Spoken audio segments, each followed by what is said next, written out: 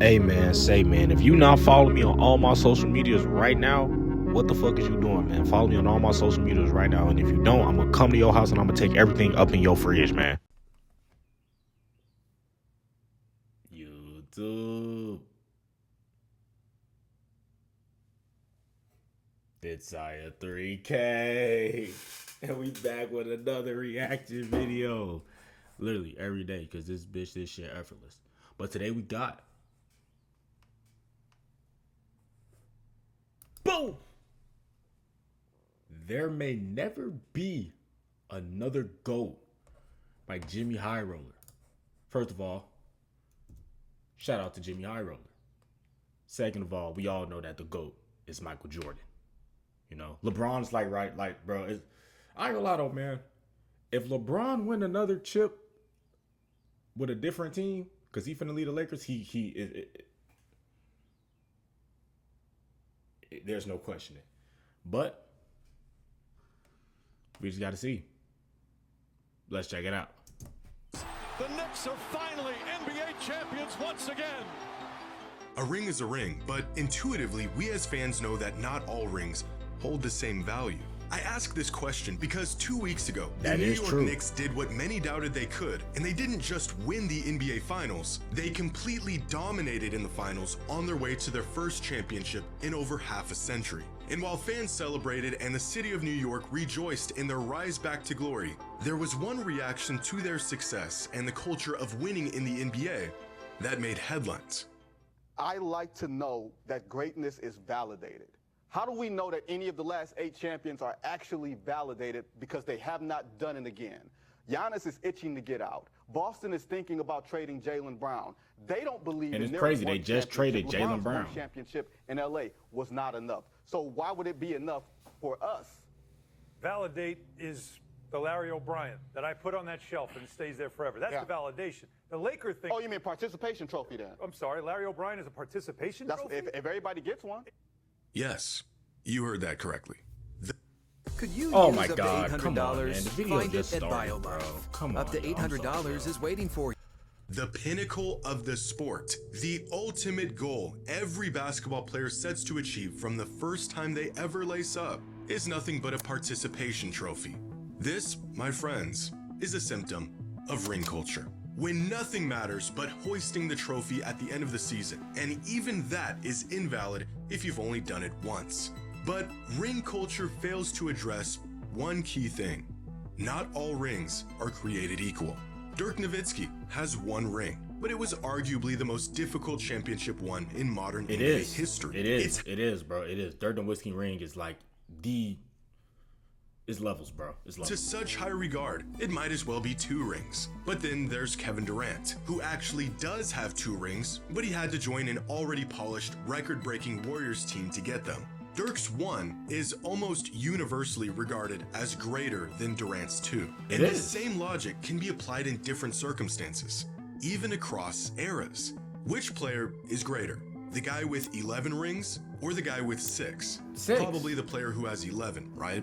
Well, what if the player who won 11 did it in the 60s when the league only had 8 to 14 teams? And what if the guy with 6 won them in historically dominant fashion in a much more competitive league? Going against everything you learned in math class, in some situations, 6 is actually greater than 11.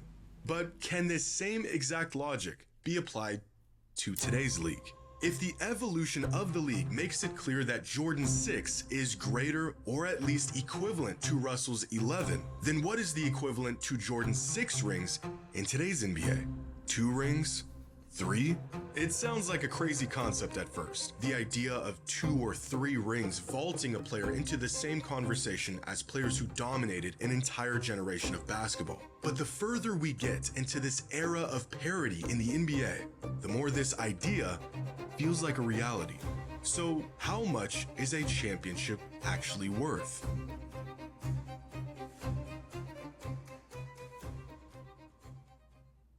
Today's video is sponsored by Arena Club. Oh my God, no one cares. Sorry, bro. No one cares about slap packs, bro. Get to the video. I think winning a guy winning 3 rings now in the 2020s with the, especially the second apron stuff. And I think it would be even in a weird way more impressive because everybody's better at putting together a team, and we also have more high-end talent, right? Giannis has only won one title too. If Jokic wins one title and that's it, he's going to be the ultimate sort of barometer for this, because the statistics are going to say he's a top whatever single-digit player of all time. I think the big thing to remember when you talk about this stuff is what era was the guy in and how good was the league, how competitive it was, right? Yeah. And I matters, just wonder, bro. like, is it just everybody's going to win one or two now going forward? Ring culture has been a highly debated topic for a while now. The idea that rings are not just a measure of a player's greatness, but the only measure of a player's greatness. For as long as fans have been debating, rings have reigned supreme in measuring a player's dominance. In spite of everything a player does throughout his career, winning or not winning a championship will be the final verdict of Damn, his why he put abilities. Chris Paul right It is there? the Nah, for ultimate real. barometer of how great a player is and was. But what do we do if that barometer breaks? What do we do when the criteria for measuring greatness isn't properly calibrated? If winning a ring in today's NBA is more difficult than it was in the past, and the weight a ring holds depends on how difficult it was to obtain, are we reaching the point where the NBA is so competitive and so deep that 2 or 3 rings can be as great as 6? Parity, or a state in which things are equal, equivalent, or evenly matched, is a good thing. When things are more equal, more teams have a chance to win, more fans are engaged, and of course, more players have a chance to win. And right now, the NBA is seeing more parity both in terms of championship teams and even winning teams than it ever has before. Of course, this was not always the case in the NBA. Here is a timeline of players who had the most rings in the NBA in any given season, dating back to 1969 when Bill Russell won his 11th championship, a record that still holds up today and will more than likely hold up until the end of time. But similar to today, the 70s were also a time of growing parity in the NBA. 7 different teams won a championship over the course of the decade, and so going into the 80s, the active leader in rings had just 3. But it didn't take long for that total to grow again. By the mid-80s, Kareem Abdul-Jabbar held the crown before he ended the decade with 6 championships under his belt and passed the torch to Magic, who had 5. Shortly after, the Chicago Bulls took over the lead, and it was Michael Jordan and Scottie Pippen who had the most championships of any active players clear up until the early 2000s. By 2005, the crown swapped heads between Shaq, Kobe, and Duncan up until 2016, when both Kobe and Duncan retired, and Tony Parker held the crown for a few seasons before retiring, and LeBron winning his 4th championship in 2020. A couple years later, the Warriors won a ring in 2022, and since then, nothing has changed. Which leads us to where we are today, where among Hall of Famers and all-time greats, the active players with the most rings in the league today are LeBron, Steph, Clay, and Draymond, each with 4. But I ain't gonna lie to y'all, like, this just goes to show, like, Jordan had the hardest, like, bro, Jordan rings are, like, the greatest rings ever. Like, come on, bro. Come on. Like, this is, like, I ain't gonna lie, bro, this only shows that Michael Jordan is the GOAT. Like, when it comes to this ring talk, bro. I mean, bro, no one's counting Bill. Bro, I ain't gonna lie, bro. Bill Russell won 11 rings when them niggas was playing scrubs, bro. No one was even fucking good in the league. This just goes to show that Jordan is just the greatest, bro. Like, this all this shows, really. Soon enough, these guys will retire, and the next group of players will take the mantle as the league's legacy players. Jokic, Giannis, Luka, Shea, Tatum, all of these players with either 0 or just 1 ring. Now, we don't know how the next decade of basketball will play out. 1 or 2 of these players could go on a tear and win 2, 3 rings. But if the past 8 seasons is any indication of what's to come, even the greatest players in the league today may struggle to win more than 1 championship throughout the course of their entire career, which, according to ring culture, disqualifies them from being included among the true all-time greats of the sport. Are these current players simply not as great as those that came before them? Or are No, we it's just basketball misinterpreting the just value evolved, of a bro. Bro, the championship game of basketball altogether? has just evolved, bro. Like, oh my god, it's a fucking. You the love game of building basketball has high-performing just websites. evolved, y'all. So the league is But way you farther don't love having to chase clients. now than it was back in the day, bro. Like, what This the is hell? incredible. You'll be back during the playoffs. And it's not the at fact some that they point, can't so win. we're It's looking just that, you know, forward to everything's that. like, 7 rings. I don't know, man. Basketball's fucked up. Nah, dog, you got to earn it. It would be right if I ain't gave it to you, right? You did a lot of great things in the NBA, but you know. You heard the man. You gotta earn your rings. If there's any player that knows a thing or two about rings, it's this guy, Robert Horry. He's got the most rings of any player in modern NBA history. 7 championships in his 16-year career. And he hit some of the biggest shots in playoff history, thus giving him the nickname Big Shot Bob. And he said this to Tracy McGrady, who of course never won a ring. And by ring culture standards, this is a perfectly normal and applicable thing for Mr. 7 rings to say to Mr. 0 rings. There's only one problem. Robert Horry averaged 8 points a game in the playoffs. Was not the Tracy driving force McGrady's a behind way, those but rings, look, and Tracy only even McGrady's a way started better in player 2 than of Robert those Horry. championship Like, come on, runs. bro. Tracy McGrady is one of the 50 greatest players to ever lace up. This is the effect ring culture has on basketball. If you didn't know any better, you would think Charles Barkley was an absolute slouch the way Shaquille O'Neal addresses him on television. That his opinion on winning and dominating the field is invalid because he never won a ring. Shaq be Charles popping on his Barkley ass, bro. was a league MVP, went toe-to-toe with MJ in the finals, and was one of the best players of an entire generation. When rings mean everything, not winning one, or in some cases not winning enough of them, means you'll always be one step below those who did, regardless of everything else you accomplished. That's real, Which though. begs the question. If the NBA is That's truly real. in an era of parity, and the evolution of the league now makes it nearly impossible for a couple of players to hoard multiple championships for themselves, how will we remember Nikola Jokic if he only retires with one? How will we remember Giannis Antetokounmpo if he only retires with one? Or Luka Doncic if or when he gets to that point? At this rate, will anyone ever know, man. It get ain't within looking reach too good of for Luka. GOAT status? And is this era of parity really just an era? Or is this just the new standard for the NBA and what's to come in the future? From Dustin Nielsen, why is ring culture so much more prevalent in the NBA than in other sports? I don't know why it's discussed so much in our sport and why it's the AR. The reason why ring culture is discussed so much in basketball, bro, because at the end of the fucking day, you can have all the stats, all the achievements, all the MVPs, all first NBA team, all-star appearances. You can have all that.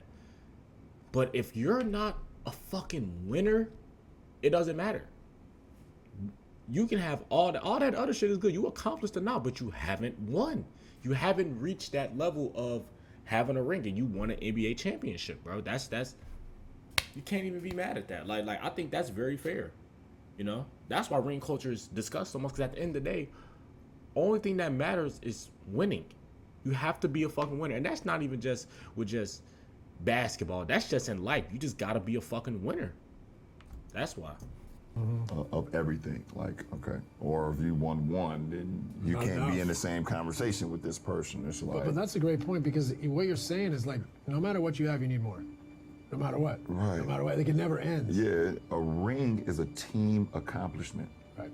We got to be careful sometimes how we Well, can say dismissive. well, no, it of is, a team, but a player, an accomplishment, or a failure, because these are the best in the world, no matter how you slice it. He doesn't have a ring. It's like, have you actually sat down and actually like really looked at this guy's career and what he was able to accomplish, you know? This was LeBron's take on ring culture last summer on a podcast with Steve Nash. A sensible take on a highly debated topic. Rings are great. They are the pinnacle of the sport, but they shouldn't completely define a player's legacy. And I'm sure the reactions in response to LeBron's stance were just as reasonable and rational as his was. Factually incorrect. I'm just saying, he took individual credit. No, you didn't do that. Let y'all have that. No, let y'all have that. Keep it right. Hey, no. So you might switch it up. You can. Actually, people lost their minds, still clinging to the idea that rings are, in fact, the defining factor of a player's legacy. But if we don't know how to measure a player's greatness, and neither does LeBron, then maybe Michael Jordan himself might have some answers. You're never going to say who's the greatest of all time. To me, I think that's more for PR and more for selling stories and getting hype. Jack and Tiger never played against each other. They never played in the same tournament. They never played with the same equipment. They never played with the same, length of golf course. That's golf, I never played against Wilt Chamberlain. I never played against, Jerry West. Jordan, come on, bro. What the fuck, bro? I've never seen this footage till now, bro. This nigga talking about Wilt Chamberlain, bro. He won rings, bro. Bro, I ain't gonna lie, bro. The 70s of basketball, bro, like, no disrespect to them niggas, bro, but come on, bro. The only eras of basketball that really count is late 70s, early 80s, and then on, bro. Because that's when the game of basketball just evolved. You went from simple pick and rolls to, now you got nowadays where you got players like James Harden, 2018 James Harden. Niggas just tween, step back, pulling that bitch. Like, the game of basketball has just evolved, bro. So I hate when players try to compare themselves to past players that's in the past that went, bro. Them niggas was scrubs, bro. Them niggas was still playing off fucking, like, bro. Them niggas weren't even playing off 2 feet. Yeah, they were still playing off, they was doing one leg layups. They weren't even playing off 2 feet bump floater. Like, come on, bro. Say that, one's greater than the other. It's being a little bit, unfair. Yeah, Jack probably has 18 majors and Tiger's got 14. And I think those are when, that's how people are judging certain things. I won 6 championships. Bill Russell won 11. Does that make Bill Russell better than me and make me better than him? No, because we play at different eras. So when you try but to... Jordan has the harder rings, though. He has the harder ring. It's an unfair parallel. It's an unfair choice. What Michael is alluding to is precisely the flaw with using rings as a measuring stick for greatness. Ring culture tends to ignore context. The era they played in, the path a team had to go through, the fashion in which they won it, when in reality, it is the context itself that is the true measure of a player's game. Steph Curry is the greatest shooter of all time and arguably the greatest point guard of all time, and he's got 4 rings to prove it. But even for a player of his caliber, getting to 4 took an extremely unlikely set of circumstances to pull off. It took one of the greatest players of all time in his prime joining their 73-win team, as well as a historic salary cap spike in that exact offseason to create the perfect storm to build on their already championship roster. It took 2 completely unprecedented events for a generational talent to get to 4 rings. A similar sentiment could be said about LeBron, a top 2 player to ever touch a basketball, and he had to leave the team that drafted him, build a juggernaut in Miami, and put together the greatest comeback in NBA history just to get to 4 rings. And not only did it take extreme circumstances for these 2 to get 4, it took circumstances that are essentially impossible in today's league. Part of this is due to the natural evolution of the league and the sport, and part of it is by design. The irony of this clip, and the take that came with it, is that right before Vincent Goodwill said it, he actually explained exactly what makes championships today extremely valid. I think dynasty is better for the sport because if we're going to look at the way that the NBA experienced its golden age, those 2 decades where it went from Magic and Bird and Isaiah in between to Michael Jordan, that's where you had the greatest explosion in growth. And it's not just because those guys hoarded the championships. Now you're legislating parity. The owners are saying you aren't allowed to be great for an extended period of time because look at Oklahoma City with Durant and Westbrook and Harden. They weren't allowed to keep their 3 guys together because the money says, okay, you drafted too well. You drafted 3 MVPs. You can't hold on to them. Oh my God, come on, man. That's escalated. It is nice though. Beautiful. Through a combination of smarter teams, better front offices, advanced analytics, deeper rosters, larger talent pools including international players, and rules set in place explicitly designed to prevent teams from building dynasties, it is harder now, or at least as I've said before, it is more equitable now to win a championship than ever before. This era of parity could very well be a phase in NBA history. Eventually, someone has to lead their team to multiple titles among this generation of great players. But we have evidence that what we are seeing now is only the beginning of what's to come. 2 years ago, the NBA introduced the Second Apron, a set of rules created in the 2023 Collective Bargaining Agreement that has since made it virtually impossible for teams to build a great roster and keep that roster intact. Due to a laundry list of financial penalties and restrictions, in today's NBA, winning a championship is as difficult as it's ever been, and winning another one has become, at least to this point, an insurmountable task. In today's league, KD signing with the Warriors wouldn't even be possible. LeBron building a team in Miami wouldn't and couldn't happen. Running it back with the same proven core year after year isn't even feasible. If a prime LeBron or Steph or MJ were attempting to make real championship runs in today's league, in spite of their talents, the odds would be stacked against them and the path would be more difficult than it was 10, 15, 30 years ago. The NBA has literally created rules that force teams to choose between keeping their current roster intact and maintaining the flexibility needed to improve on their roster in the future. And we're seeing these rules crumble teams in real time. After winning a ring in 2024, the Celtics traded Kristaps Porzingis and Drew Holiday just to give. And this was a fucking horrible trade, bro. I ain't gonna lie, bro. First of all, bro, shout out to Drew Holiday. He should have never even left the Bucks, bro. The Bucks, bro, we got Damian Lillard, bro. He didn't do shit, sent his ass back to Portland. Like, come on, bro. We should have never traded Drew Holiday from the Bucks, bro. That 2021 Bucks team was, hey, that's when Chris Middleton was really going fucking stupid. Flexibility and stay below the second apron. The current rules of the league forced a championship team to immediately blow up their roster. The man who helped propel the Knicks to their title this season, Karl Anthony Towns, is only on the Knicks because the Timberwolves couldn't afford to keep him after making it to the conference finals. And we're only going to see more of this as teams continue to adapt to rules specifically made to prevent historic runs and dynasty contenders. If becoming the GOAT requires a player to match Jordan's 6 rings, or match LeBron's 4 for that matter, then fans of the NBA may need to once again reevaluate what a ring is truly worth within the context of when it was won. If winning only one championship, or even worse, winning none at all, makes a player or a title run invalid, then we are dangerously close to disregarding an entire generation of players in the NBA. How much is an NBA championship worth? Well, if 30 years of evolution is the difference between Jordan's 6 matching Russell's 11, then maybe the last 30 years of the league's evolution is the difference between 2 or 3 today, matching Jordan's 6. I ain't gonna lie, y'all, that was a very interesting video. I ain't gonna lie, that was like very interesting. But we all know at the end of the day, man, Michael Jordan is the fucking GOAT. Like, I don't know why people be trying to compare, bro. Listen, LeBron's right behind him. Like, LeBron's right behind him, bro. But Jordan is always going to be the GOAT. It's just that simple, man. Like, Michael Jordan will always be the GOAT, man. But I ain't gonna lie though, rings, like I said earlier up in the video, the only thing that really matter in the league, if you really care about like legacy and shit, because let's really talk about it, y'all. Some players don't really give a fuck about rings and shit. They just want to get money. They just want to get rich. Shit. Hey, who gives a fuck? But if you want to be remembered as a great, you got to win, bro. You have to experience winning, bro. You know, now some players, they get put in different positions, you know, so some players know how to play their role. Other players, they just, you know, it's just all about how the league works. And the game of basketball has just evolved, bro.